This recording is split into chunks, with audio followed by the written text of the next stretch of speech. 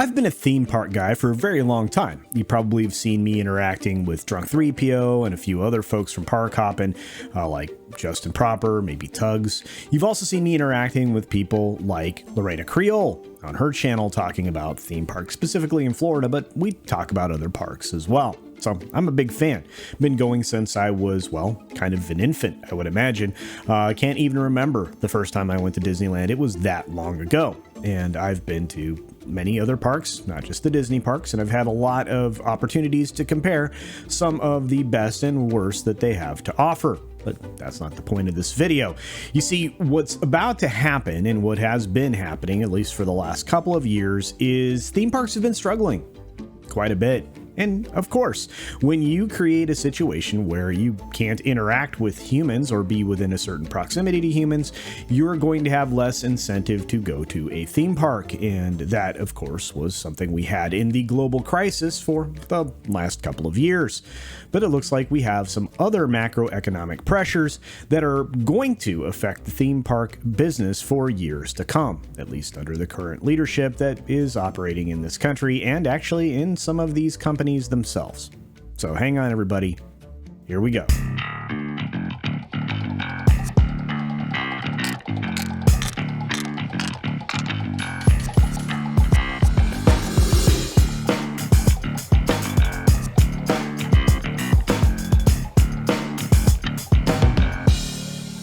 Theme parks are a volatile business, or they can be. Normally, you can go on for years and years without having any incidents, not any accidents, no issues with the service for your customers. And, if you're a smart and savvy theme park operator, you have hotels and other amenities on your property that will keep people engaged for multiple days.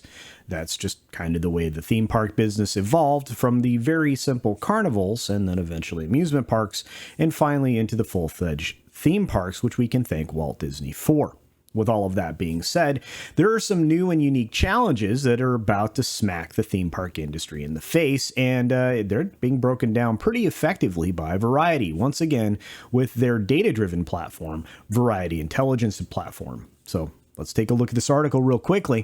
Theme parks face fresh set of challenges amid recovery. Just when the theme parks business is finally seems to be turning the corner on the global crisis era, growing macroeconomic pressures are threatening to derail the group's resurgence. Well, of course, lots of those things. Well, fuel, air travel. We'll get to it. After the 5 largest theme park operators brought in combined sales of $10 billion in Q2 of 2019, the global crisis nearly wiped out their business in 2020 until the group regained their trajectory last year. And of course, how did that happen? Well, you relaxed some of the forced issues that were happening across the country. In some states, the states actually forced these businesses to survive, and in others, they really destroyed the business almost entirely. But I digress, and we'll keep going, trying to avoid the politics, which is going to be hard here. If you look, you can see that Disney, Universal, Six Flags, SeaWorld, and Cedar Fair all had a common characteristic, a low point in Q2 of 2020 when everything was at its most strict. Disney being obviously the biggest leader in this particular industry, yet they all seem to bounce back just fine. Not quite to the peaks that they had been before, but getting there. Disney reported February 9th that in fiscal Q1, theme park revenues surged 101% year over year. That's awesome. And CEO Bob Chapek mentioned it was the second best quarter of all time for the parks. Well, that's great news. On January 27, Universal parent company Comcast revealed its theme parks had its most profitable Q4 on record, I should say, driven by both strong domestic attendance growth and spending per guest. By the way, spending per guest for both of these entities is, of course, much higher. There are certain circumstances where many of the food offerings, the ticket prices, and all of that have increased exponentially. Well, exponentially is a strong word. 25 to 35% across the board year over year. So it's no wonder that they're earning more revenue, maybe even on less guests, but we'll get into that here in a minute. Meanwhile, Knott's Berry Farm operator Cedar Fair said February 16th that 2021 attendance was 70% of 2019 levels and 2021 revenue was $1.34 billion, which was right below 2019's $1.47 billion. So they're doing fine. And to be fair to Cedar Fair, they have been doing a great job with Knott's Berry Farm, and they don't seem to have quite the cost increases, or I should say price increases to consumers. But that's another story for another time. Keep going. Thursday, SeaWorld reported fourth quarter attendance and revenue exceeded levels of the same period in 2019, so they were banging too. Total revenue at SeaWorld was a record 7.5% higher than 2019. Again, cost increases. In addition, in-park capita spending was a whopping 22% compared to 2019. Again, we've already said why. Much like Disney, Six Flags saw attendance still below 2019 levels, but the company reported per capita spending increase of 32%. Again, these things, they're artificially giving you the impression that the theme parks are successful and jam-packed, and they're just not. A lot of times, and these are things that are behind the scenes information, but Disney's not running anywhere close to 100% at Disney World, and they certainly won't be doing it at Disneyland. They're going to make more money off of charging more for everything across the board. Oftentimes, well, grossly so. Grossly overcharging is probably the right way to put it. International guests haven't been able to return to the U.S. theme parks, and that has been holding back growth, or back some growth. No, their growth is going to come from charging people too much, and that is what it is. Disney's U.S. parks represented roughly 20% of all guests. International guests typically spend more time and money at the parks than domestic visitors, so they will make even more money by charging even more money, grossly overcharging for a lot of things and providing less. I mean, the theme park industry is going to be one of the main things we can point at for shrinkflation. When prices increase, in order to combat that and to continue to show never-ending profits that are always going up, these companies are going to provide less and less and charge more and more for it. And you're seeing that across the board. I hate to say this, but Disney specifically is looking for families that gross more than $250,000 a year. That's their preferred client. So that leaves most of America out of the deal.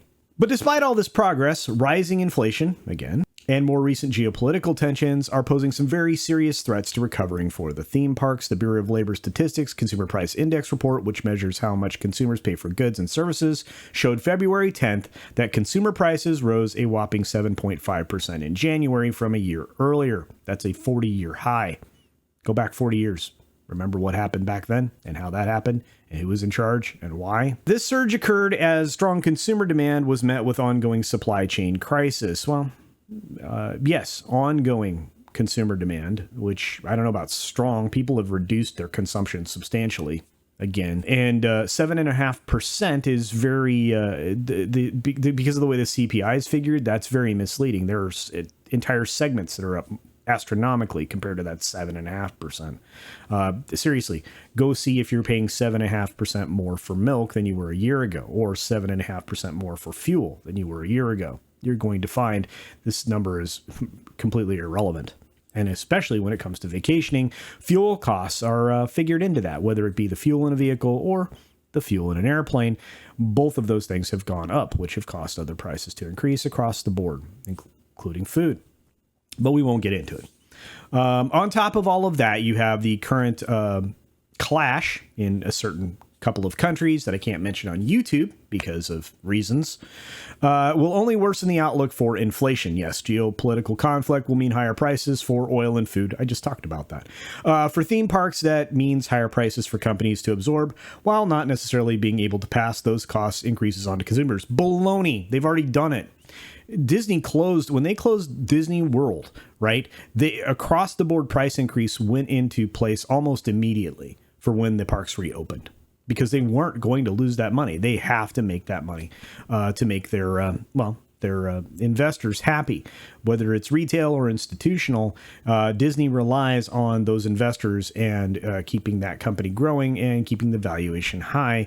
And that comes out of every consumer's pocket that goes and experiences the theme parks, which for Disney, That's their cash cow. They can make a bunch of crappy movies and make up for it in the theme parks. And believe me, you can see that now because they've buried their films division in some irrelevant division that nobody's paying attention to. And we'll see how long that lasts for. Among the handful of major theme park operators, Disney is in the best position to be able to withstand the margin pressures caused by macroeconomic factors. Though management didn't speak to inflation much on the fiscal Q1 earnings call, they didn't have to. By the way, CFO Christine McCarthy did address inflation on its fiscal Q4 call in November 2021, just as inflation was really beginning to become a concern. At the time, McCarthy said, "We can substitute products, we can cut portion size, see, shrinkflation, which is probably good for some people's waistlines, ha ha ha. We can look at pricing where necessary, but we aren't going to just go straight across and increase prices." And that's not true. They'd already done it.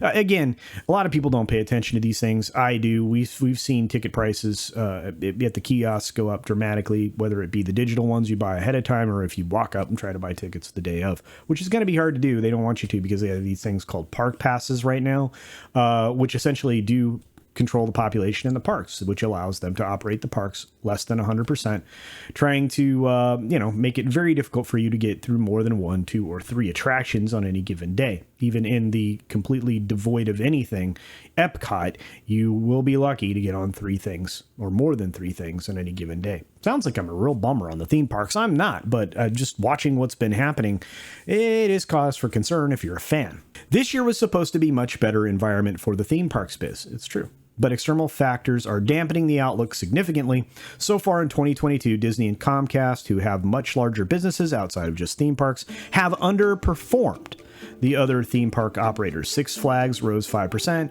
SeaWorld jumped 3%, and Cedar Fair soared 11%. Well, Knott's and many of their other offerings are just more intriguing.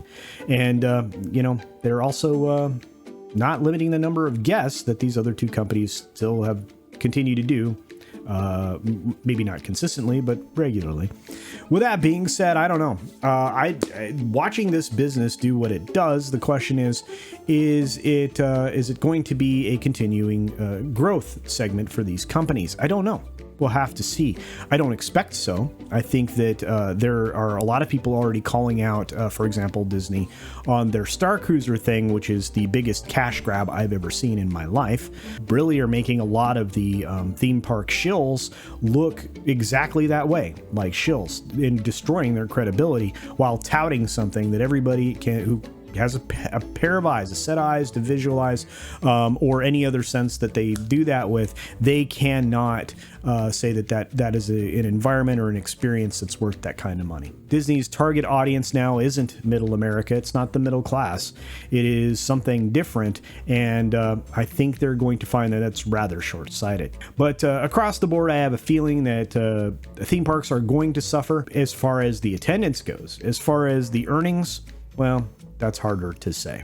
What are people really willing to pay to do Disney things? Well, after stuffing Genie Plus into their app recently, showing that people are willing to overpay for things that used to be for free, and showing us, or at least showing Disney, there's not really an end in sight.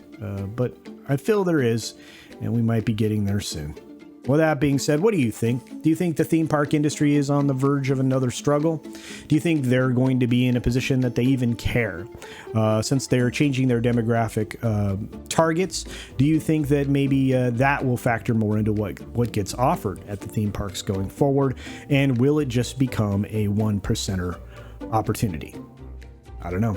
These questions and more, you can definitely interact with me by using the comments section down below. And if you do, hopefully we can have a dialogue about it, because this is one of those things that I'm pretty passionate about. But I'm also passionate about other independent creators here on the platform. We do have quite a few of them, and they are not being given their attention, or at least the attention that they're due. So do them a favor and help me out as well by making sure you're subscribed. Make sure that you hit the like button when you enjoy a video. Be sure you make a comment because it helps with engagement. And be sure that you share out anything that you think is significant or interesting, because believe it or not, it really does help their channel, and it also helps mine. With that being said, be sure to take care of yourself, take care of others, wash your hands, of course, because it's good hygiene. It actually is. Truly. And until next time, bye. Thanks for visiting today.